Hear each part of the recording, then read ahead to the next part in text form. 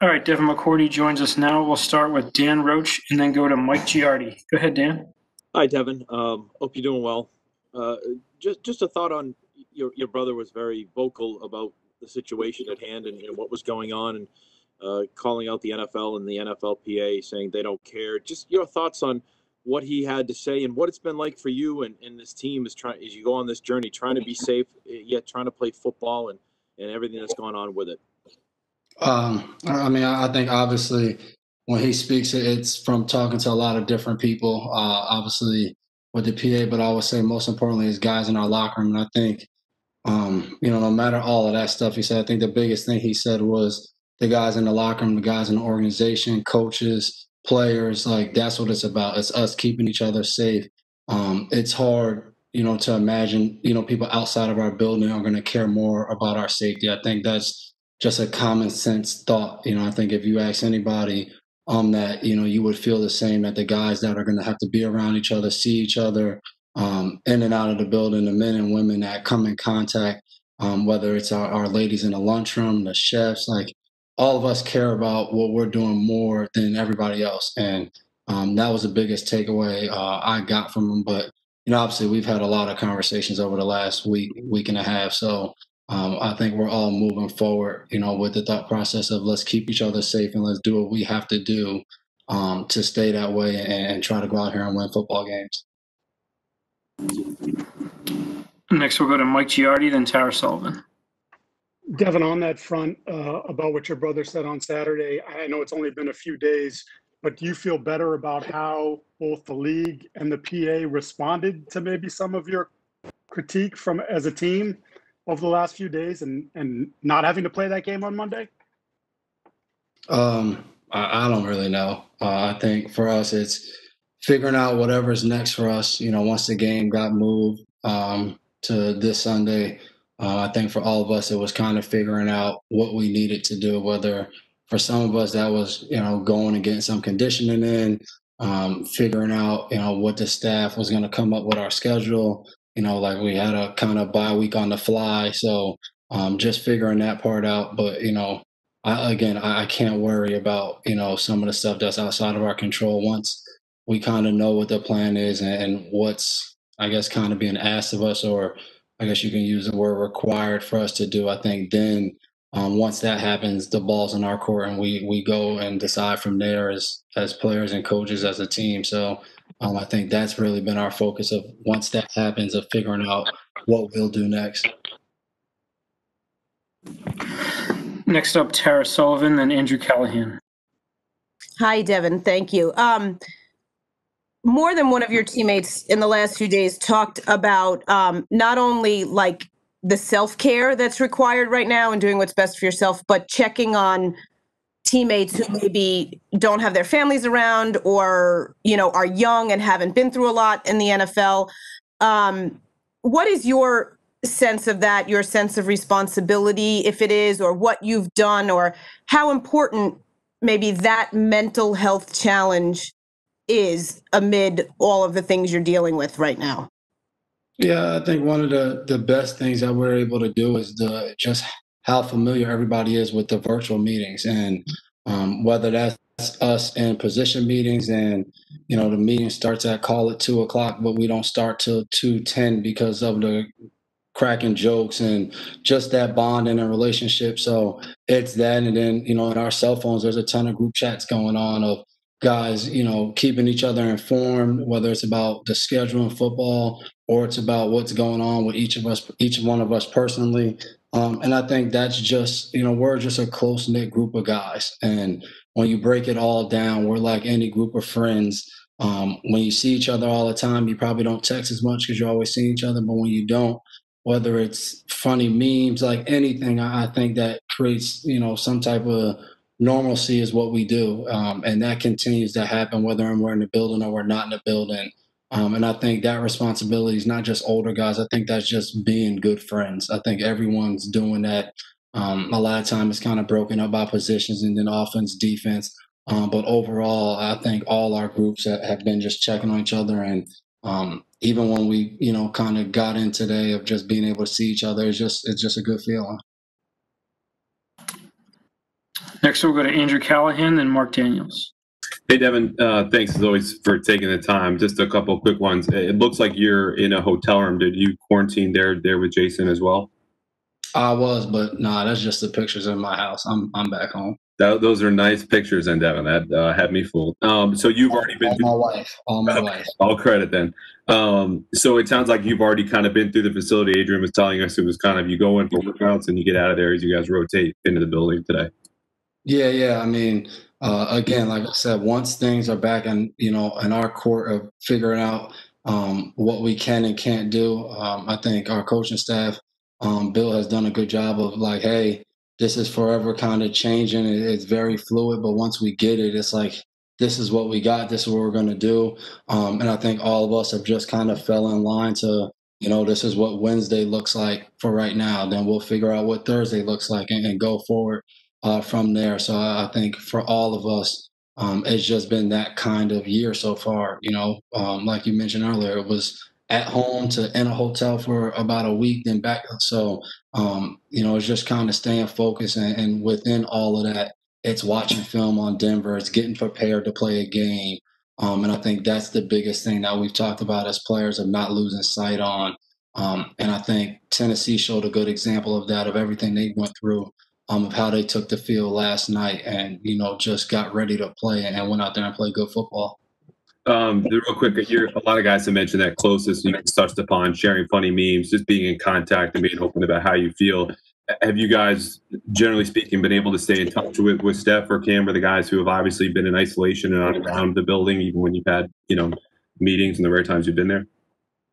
Yeah, definitely. And I think that's what I said, like, the thing with virtual meetings is everybody's able to be on the virtual meetings. Everybody's able to crack jokes and laugh, and then the same thing through our text messages and different things like that. So we've been able to, we haven't cast off anyone that's tested positive and kind of kicked them off the island. Like they've still been with us and been able to hang out as much as we've all been able to hang out by looking at a computer screen.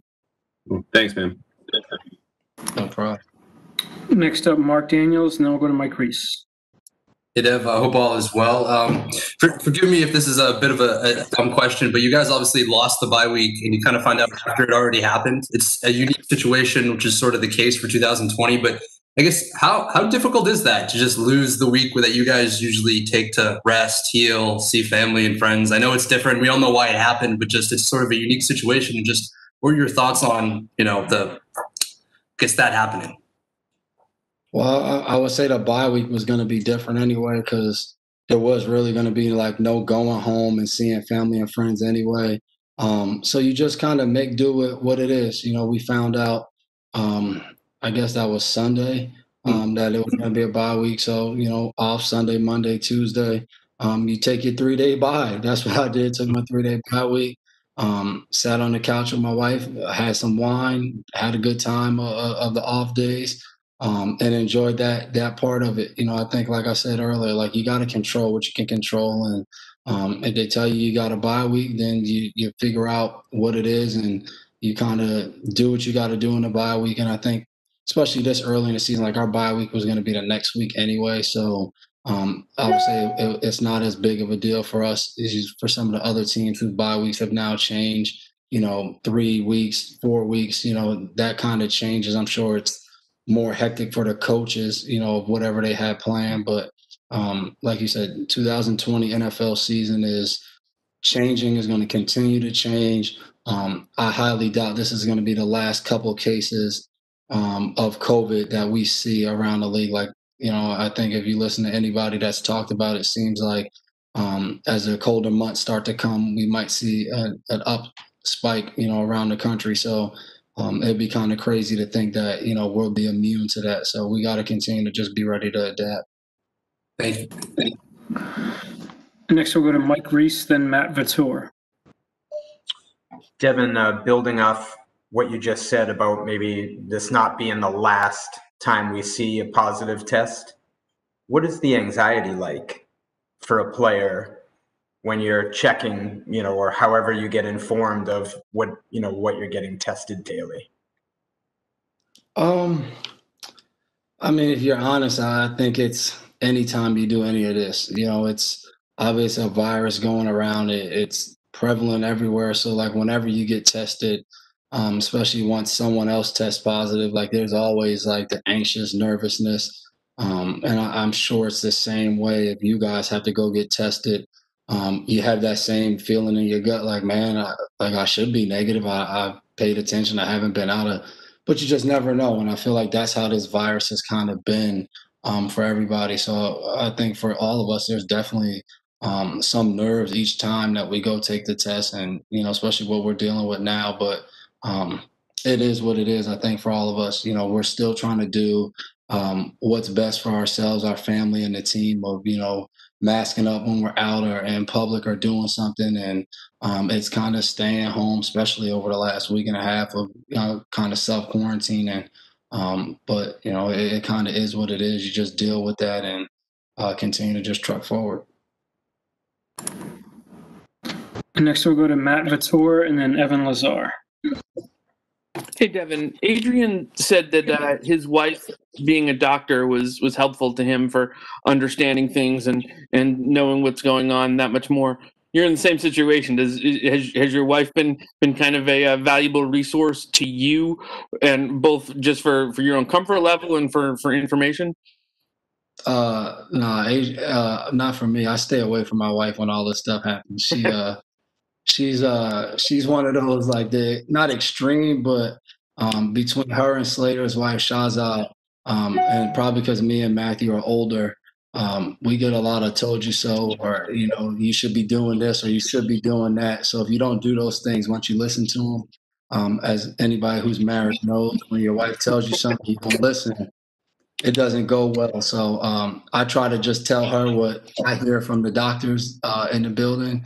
And if she agrees, she agrees. If she doesn't, then I kind of try to exit the conversation best way possible, throw on a new TV show or something. We just started Haunting at Bly Manor. So I try to keep at home more home and normal, and not turn it into the infectious disease center. So. Does that work for getting out of conversations, just for my own benefit?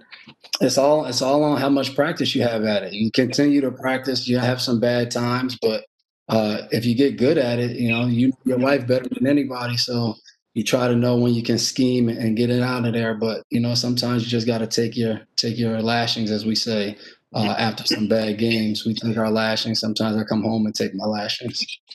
Thank you. And we'll go to Evan Lazar, then Maury Hirschgord. Hey, Devin, talking to some of the cornerbacks, they just always talk about how great it is to have you back there helping them out in their coverages. And I'm just wondering, from your perspective, whether you're playing deep middle or robber or whatever, what makes a great help defender? What makes a great help safety, and makes you great at your role, I guess? I would say two things: communication and consistency. I've played corner before, so I know that feeling of when someone communicates and tells you something. That's like the first check, and it's like great. But then when a play happens, it's are they where they said they were going to be, or did something happen to make them do something different? And now you kind of feel like, man, I was lied to. So I know that feeling and understand that there's a fine line of being out there and trying to make your own plays, but also being accountable to the corner. So I'm a guy that plays safety and truly believes that playing corner is way harder. So when I'm out there and I'm communicating to those guys and I say I'm going to be somewhere, I try to make sure I'm always there. And I think when I do that, it reassures them, like, okay, I can do this, I can do that because he's there. And then sometimes I try to surprise them and show up when they're not expecting it to give them even more confidence. And I think, for me personally, I think that's how secondaries work at a high level. When whoever's the free guy is free, when he can help as many people as possible, it allows each guy to play their best confident football.